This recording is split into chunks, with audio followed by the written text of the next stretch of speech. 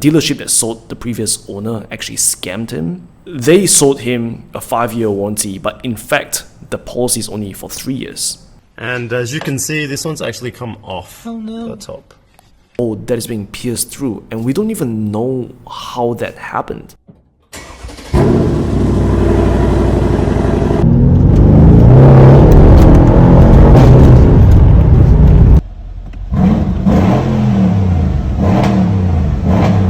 All the service history that I've seen on this car, it's always like $1,000, $2,000, $1,000, $2,000.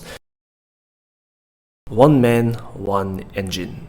And this was back when Mercedes was doing pretty awesome stuff, slapping 2 turbos on a 5.5 liter V8.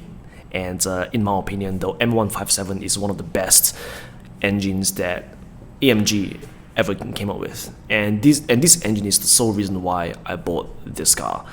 So I'm going to give you a breakdown of my 1 year plus ownership report, and I'm going to give you a timeline of like what happened along each way, and I'm going to break down all the costs right from the beginning.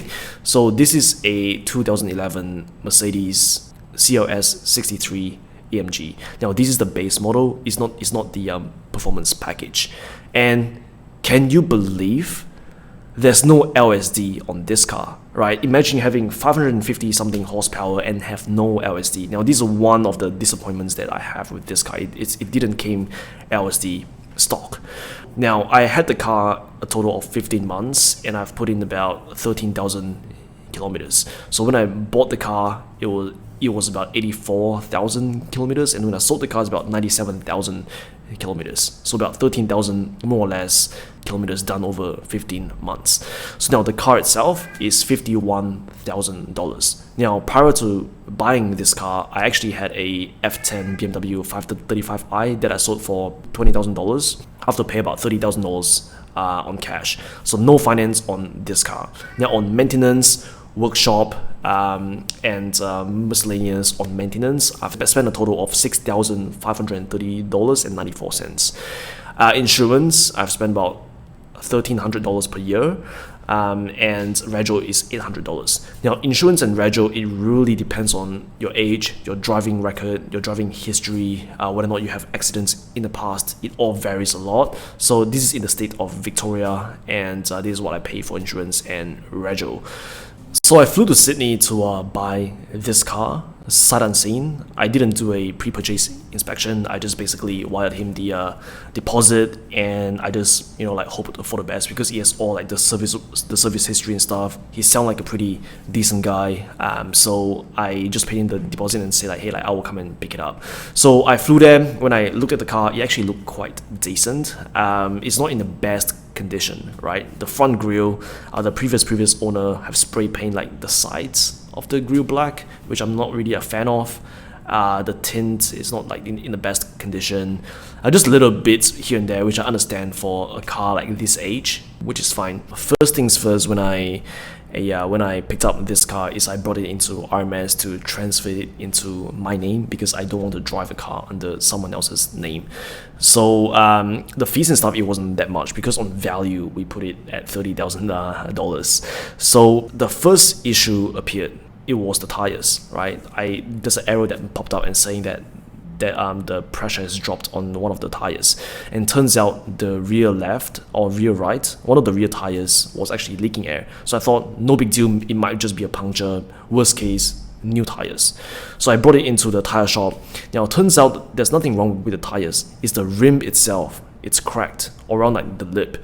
So then turns out it's actually quite common on these cars now, just because of the materials that is being made with the rims, and also run flats. Now run flats is extremely bad for these rims.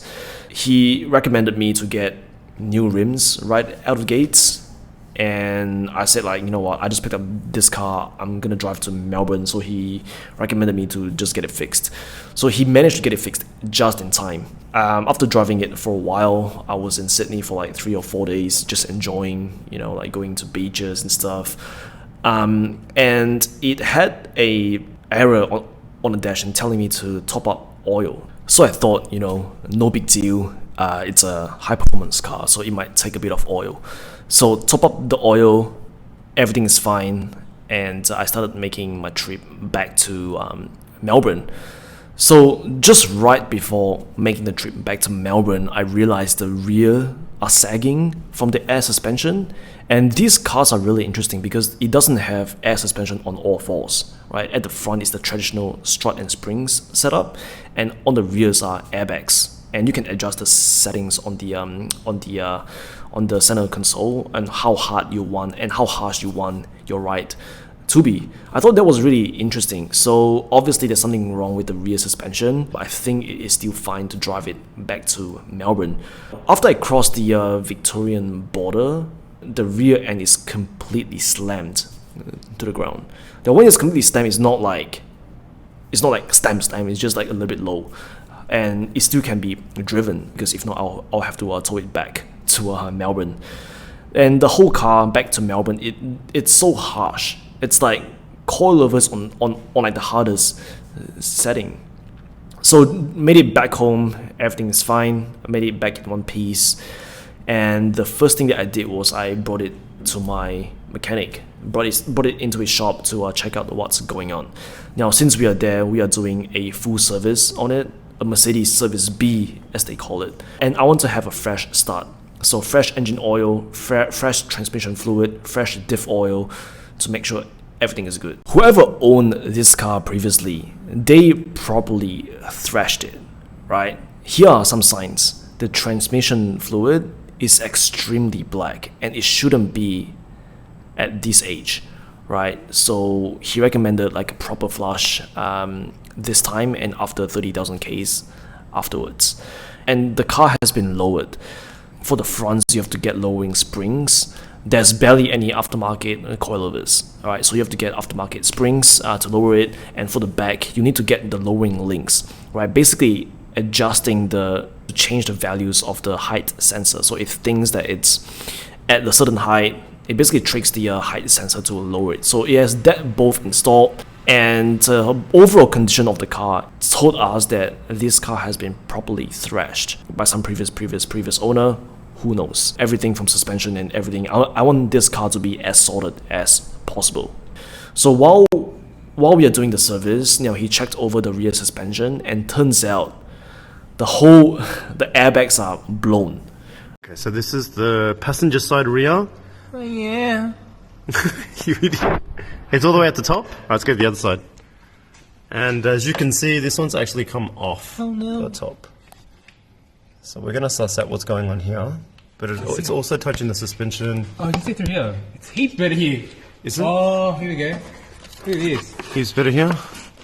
It's moved. Yeah, okay. It's going up now. It's going up slowly for some reason. I think it's come off there. Yeah, it has. So I'm gonna have to take all this apart. Yeah. Okay. It's resting on the suspension on this side as well. This is a really good camera. And what's more interesting is like there is on the top of the airbags, there's a hole that is being pierced through, and we don't even know how that happened. So he rang around for prices, he rang the dealership, and Mercedes wanted $2,000. $2,000 for a single airbag, right? So it's gonna be $4,000 to replace 2 rear bags. That doesn't really make any sense. Now, thankfully, it has extended warranty on it. That's what I thought. So we tried to make the claim through the warranty, and turns out the warranty has already expired.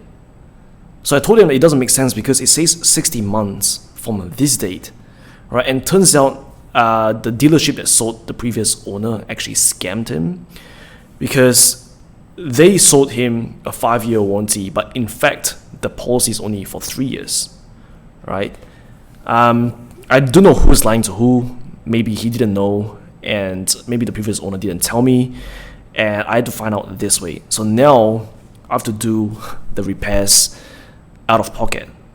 That is not good, considering the dealership just quoted $2,000 for a single airbag. And the shocker is, this dealership is pretty well known. You will see their ads all the time selling used European cars, right? And they have amazing reviews and all of that. I didn't even thought they'll pull off something dodgy. So, I'm not gonna name and shame them, but just be careful, right? So we started looking at, like aftermarket, OEM replacement quality kind of bags. There is Arnold's in the States, and it's not very expensive. They are about 300 something ish dollars in the States. To ship it here, it's gonna be close to $1,000. So obviously we have to find something locally. And I went to eBay and I found OEM replacement airbags for $438. I'm like, that's awesome. Add that in. So after a few days, the airbags arrived, installed them, and it's fine. Everything is solved. A few days gone by, it sagged again. Let's bring it back, and turns out one of the airbags are faulty. I mean, they're from eBay, so I don't really expect that much. I ordered another one for $120. It came, fixed it, everything's good. Now, after a few days, it started sagging again, and at this time, I'm so done with airmatics because, with my previous E500, it also has the airmatic issue. I mean, in theory, it's only 3 moving parts. You have your compressor, you have your valve block, and you have your airbags. That's it. So anything wrong is basically one of these 3 parts. Now, in this case, it's the airbags. So now we have solved the airbags. Now, what's going on with the other 2? The compressor was fine. Now, and turns out from the diagnosis, the valve block it's faulty. So we have to order 1 new valve block. There is no OEM replacement. We can only get 1 brand new from Mercedes. The only difference between the normal valve block and the AMG ones, specifically for this car, is the AMG one, they actually blocked off 2 because there's only 2 airbags at the back. And it's $900 for a simple valve block. Just because it's AMG branded and just because it's specifically for the E-Class and the CLS, it is $900. That's fine. I bit the bullet. Now, put the valve block in, and it's fine. Now, 1 week later, it started sagging again. Now, and this time, the only thing that we haven't replaced is the compressor, right? So Mercedes wanted a fortune for one of the OEM compressors. I'm like, fuck that. I'm just gonna look at eBay and see what's on eBay. So there's a replacement for the CLS and E-Class. They use the same compressor for $255. That's fine. Add that in. The parts came, installed it, and now it's perfect. It didn't sag, and it actually holds air. I didn't drive it for a week, and it didn't sink down, so I'm super happy about that. Now, after a month, everything was good. The car behaved itself. It's reliable, and one day I was able to drive, and turns out the front tires is, it's almost flat. I'm like, oh, please don't be rims, because rims are really expensive on this car. And turns out the front tires are almost gone, and because it's so heavy, and this car, it has a bit of camber, especially when you turn them, I have to replace both front tires, and that was $950 for both fronts. So after fixing that, and one thing I realized about this car, now this car burns quite a bit of oil. Now it burns about 1 liter of oil every 1,000 kilometers. Now, and apparently I was looking into the forums, and apparently that's normal. And then the tolerance was right about there. I'm thinking that it's a lot of oil. For every 2 trips to the petrol station, I have to top up a bit of oil at least. So, so I looked into M157 oil consumption. People have very different results. Some people, it doesn't burn oil, and some it burns oil. I have no idea, and so that's one thing to keep in mind to it might burn a bit of oil. So now driving this car, it's this is my favorite car throughout. Listen to the cold start.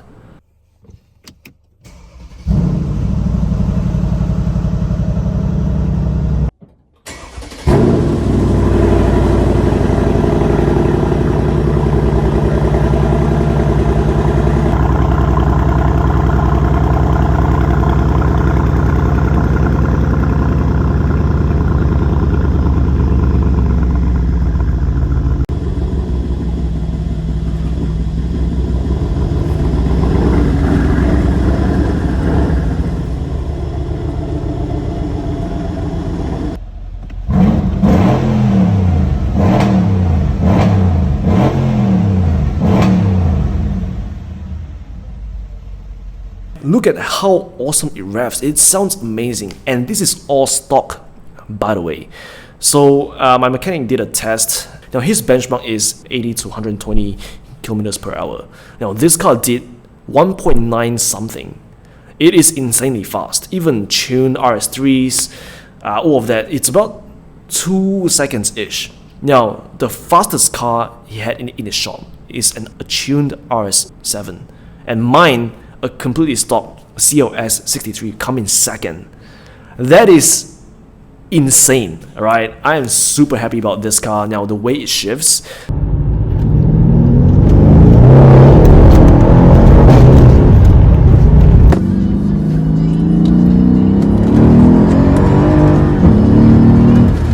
one downside about this car, now compared to DSG, it doesn't shift as fast. It shifts really fast when you are in Sports Plus. But in manual, when you accelerate, when you click upshift, it shifts like half a second delay.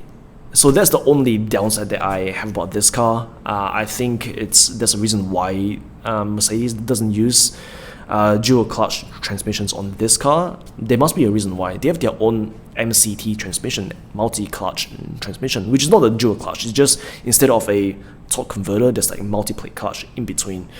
So overall, like, this car, it behaves itself. Now whenever something goes wrong, let's just put it this way, now to drive this car comfortably, whenever you bring it into a shop, you gotta be prepared, because all the service history that I've seen on this car, it's always like $1,000, $2,000, $1,000, $2,000. The cheapest that I've got, a trip to the workshop, it's a basic oil change service, which is $500. The basic, right?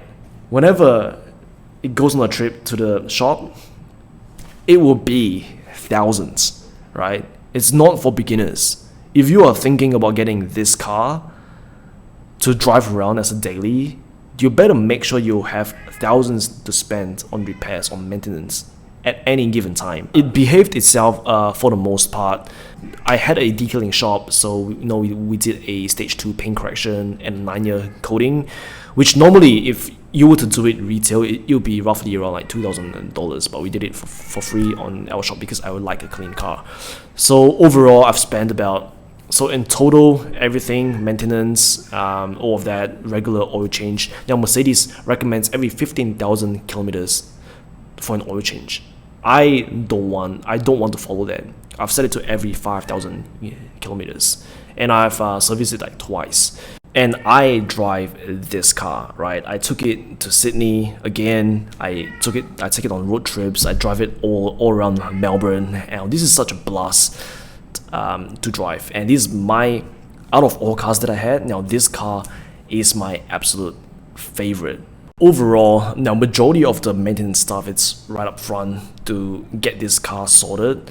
Now it's a shame because like this is not a wholesale car. It's not something that I bought through the auctions. It's retail from car sales, right? And just before you buy one of these, just make sure you have that service history, get a PPI. Don't learn from me. Don't buy things sight unseen. Making sure to do your due diligence before getting a car to avoid all of those unnecessary costs and headaches. Now overall, I really miss this car. I traded in for something else, something newer, something easier to daily. So if you like videos like this, be sure to check out my other videos on my channel. Subscribe to support us. I do stories like this and my own personal cars as well. Now, I hope you guys enjoyed this video. I would really appreciate if you can show us your support by liking this video, subscribing, hitting the bell, or maybe share it with your friends, because it will really help out to grow this channel, right? Now, with that being said, right, I hope you enjoyed this video, and I'll see you in the next one.